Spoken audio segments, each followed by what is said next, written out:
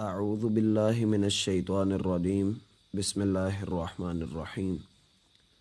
سجدہ تلاوت والے موضوع میں مجھ سے ایک سہو ہوا کہ میں نے یہ کہہ دیا کہ جب سجدہ تلاوت کرنا ہے تو تکبیر نہیں کہنی اور جب اٹھنا ہے تب بھی نہیں کہنی۔ تو یہ میرا سہو تھا۔ اصل بات یہ ہے کہ رسول اللہ صلی اللہ علیہ وسلم کا عمل یہ تھا کہ جب آپ نماز سے ہٹ کر سجدہ تلاوت کرتے تو جاتے وقت تکبیر کہا کرتے تھے اور جب اٹھتے تھے تب تکبیر نہیں کہا کرتے تھے۔ یہ روایت مسند احمد کے اندر موجود ہے اور صحیح سند کے ساتھ وارد ہوئی ہے۔